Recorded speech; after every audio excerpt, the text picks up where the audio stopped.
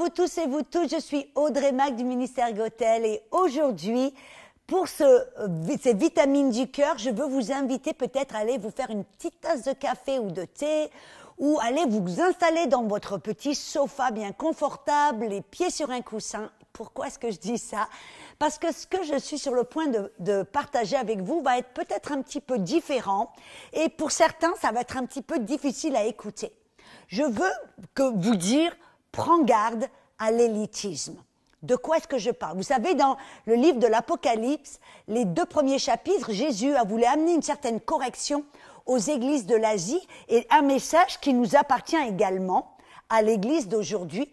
Mais une des choses qu'il a mentionnées à 2 reprises, c'était les Nicolaïtes. Et même, il a dit qu'il haïssait dans Apocalypse 2, 6, il dit qu'il les œuvres des Nicolaïtes et qu'il haïssait cela. Même dans Apocalypse 2, 15, il dit de même, toi aussi, tu as des gens attachés à la doctrine des Nicolaïtes. Alors on se dit, mais c'est quoi les Nicolaïtes? C'était qui les Nicolaïtes? Au 1er siècle, il y avait un groupe de chrétiens qui s'appelait les Nicolaïtes et la plupart des gens pensent qu'ils avaient une doctrine de grâce extrême, c'est-à-dire que la grâce était une licence pour faire du n'importe quoi et du n'importe comment. L'immoralité sexuelle, c'était ok. Aller offrir des offrandes dans les temples pour garder son boulot, c'était ok. Bref, il y avait tellement c'était une grâce permissive pour faire du n'importe quoi. Et là, Jésus, il a horreur de cela et moi aussi. Je ne suis pas d'accord de cette grâce extrême qui permet de faire du n'importe quoi. Non, la grâce nous enseigne à renoncer à l'impiété et aux choses mondaines. Amen. Mais alors que j'ai étudié la doctrine des Nicolaïtes, je me suis aperçue qu'il y avait une révélation de plus. Et j'ai découvert, en fin de compte, alors que j'ai regardé le mot Nicolaïte, je me suis aperçue que c'était en grec 2 mots mis ensemble. Et la parole Nico, ça veut dire avoir puissance sur ou victoire sur quelqu'un. Et la parole laïte, ça vient du grec laos, qui veut dire le peuple. Et je sais que très souvent, dans les organisations spirituelles, dans l'Église, en grand, il y avait une différence tout d'un coup qui a été créée entre le clergé et les chrétiens. Ceux qui n'étaient pas, entre guillemets, ordonnés et oints, amen. Et il y a eu tout d'un coup une différence qui s'est créée et les clergés ont pris une position de supériorité au-dessus des brebis, et on a vu tout d'un coup une séparation, et comme je dis, une ère de supériorité. C'est ça l'élitisme. Et je vais vous donner même une définition précise de l'élitisme, parce que c'est de ça que je vais parler aujourd'hui. L'élitisme, c'est la conviction que certaines personnes méritent un traitement de faveur en raison de leur supériorité. Deuxièmement, c'est avoir un certain contrôle, domination par les membres d'une certaine élite. Alléluia. Et troisièmement, avoir un comportement élitiste découlant d'une telle croyance. Et vous savez, je voyage partout dans le monde. Pour certains d'entre vous, vous allez vous dire, là, poser la question, mais de quoi elle parle là?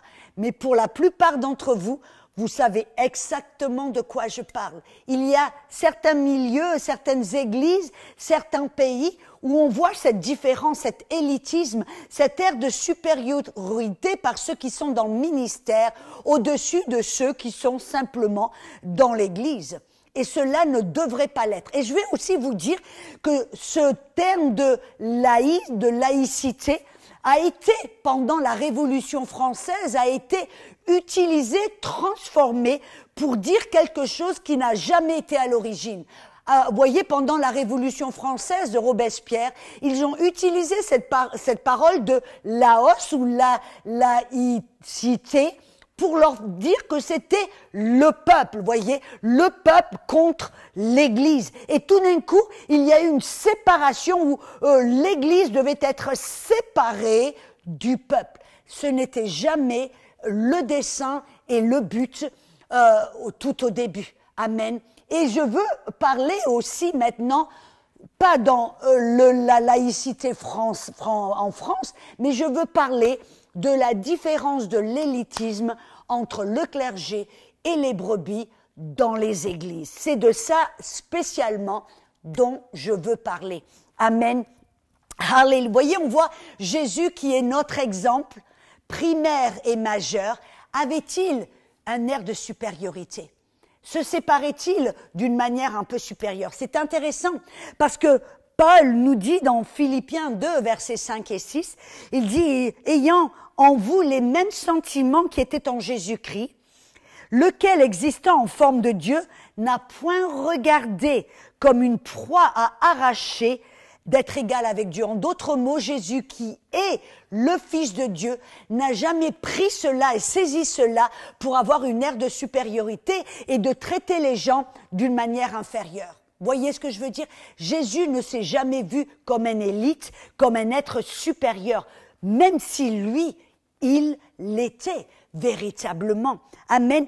Jésus agissait toujours comme un serviteur. C'est ce que le verset suivant de Philippiens 2 nous dit. Il dit que Jésus lui-même, dans le verset 7, dit « s'est dépouillé lui-même, a pris la forme d'un serviteur ». Voyez, serviteur de Dieu, femme et homme de Dieu, si vous êtes, comme je dis dans le verset, si vous êtes dans le ministère, soyez comme Jésus. Ne prenez pas une aire de supériorité en exigeant, comme on le voit, d'être traité, avoir un traitement de faveur, parce qu'après tout, vous êtes dans le ministère. Non, ayez comme Jésus, amen, un cœur de serviteur pour servir le peuple de Dieu. Amen, alléluia. Dans Matthieu 23, versets 11 à 12, on voit que Jésus, lui, il en a parlé directement. Il a dit que le plus grand, il parlait, vous voyez, aux disciples qui tout d'un coup ont eu des airs de grandeur parce qu'ils étaient revenus de la mission, ils avaient chassé les démons, ils avaient guéri les malades et tout d'un coup, ils ont eu la folie des grandeurs et puis se demandaient qui est le plus grand, qui est le plus important, et Jésus les a corrigés. Et vous savez ce que Jésus leur a dit? Il a dit, le plus grand parmi vous sera le serviteur. Quiconque s'élèvera lui-même devra être rabaissé, mais quiconque s'humilie, se rabaisse, lui sera élevé. Nous devons avoir le même cœur, de ne pas s'élever nous-mêmes, de ne pas exiger un traitement de faveur, parce qu'après tout, on est dans le ministère, ça ne devrait pas être notre cœur et notre mentalité. Et je vois même, vous savez, que Jésus nous a même dit qu'on devrait être comme des enfants. Il dit même les enfants sont supérieurs dans le royaume de Dieu. Pourquoi? Parce qu'ils sont simples, ils sont humbles et ils ont un cœur pour apprendre, pour écouter. Et amen, nous devrions avoir le même cœur. Et vous savez, ça me rappelle même que les disciples qui ont eu la folie des grandeurs, comme je l'ai dit, on leur a amené des enfants pour que Jésus impose les mains sur eux. Et les disciples, tout d'un coup, ils ont été irrités, ils ont réprimandé en disant « Non, mais comme je paraphrase, Jésus, il est occupé, il n'a pas le temps de s'occuper de ses gamins, allez, partez !» Et quand Jésus a entendu et a vu cela, la Bible nous dit, dans Matthieu 23, il dit que, dans Marc 10, que Jésus a été indigné. Et il a dit, laissez ces petits venir vers moi. Amen. Et ne les empêchez pas, car le royaume de Dieu est pour ceux qui le ressemblent. Vous savez, je suis allée dans certains pays, je suis allée même dans certaines conférences où il y avait comme un groupe protocole qui empêchait les gens à venir vers moi. Mais je dis, mais non, mais arrêtez, laissez les gens venir vers moi, même les enfants.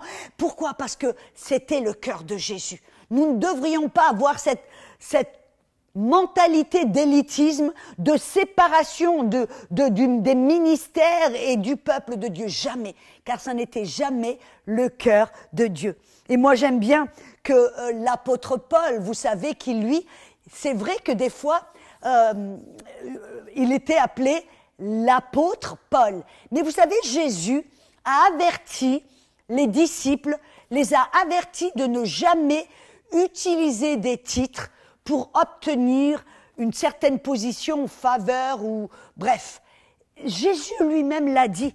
Et écoutez bien, dans Matthieu 23, dans le verset 8 à 10, c'est Jésus qui l'a dit, c'est pas moi. Alors ne vous irritez pas contre moi, amen. Jésus a dit, mais vous, ne vous faites pas appeler rabbin, car un seul est votre maître. Et vous, vous êtes tous des frères. N'appelez personne sur la terre votre père, car un seul est votre Père, celui qui est dans les cieux. Je voudrais faire une petite parenthèse. Je sais qu'il y a certaines dénominations où celui dans le ministère, on doit l'appeler mon Père. Voyez, Jésus a dit il n'y a qu'un seul Père, il est dans les cieux. N'appelez personne d'autre votre Père. C'est biblique, c'est la Bible. Amen. Et cela, cette exigence d'appeler quelqu'un mon Père est antichrist.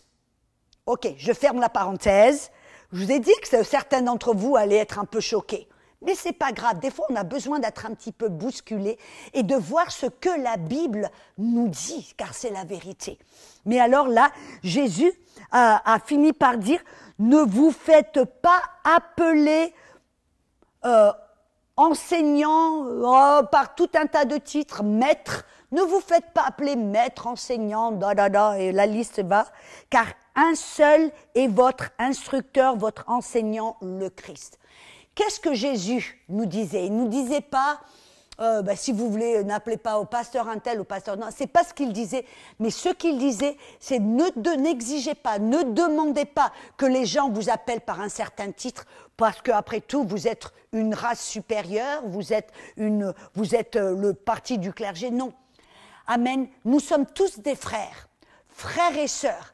Et nous ne devrions pas porter notre titre sur nos épaules et sur nos cartes de visite.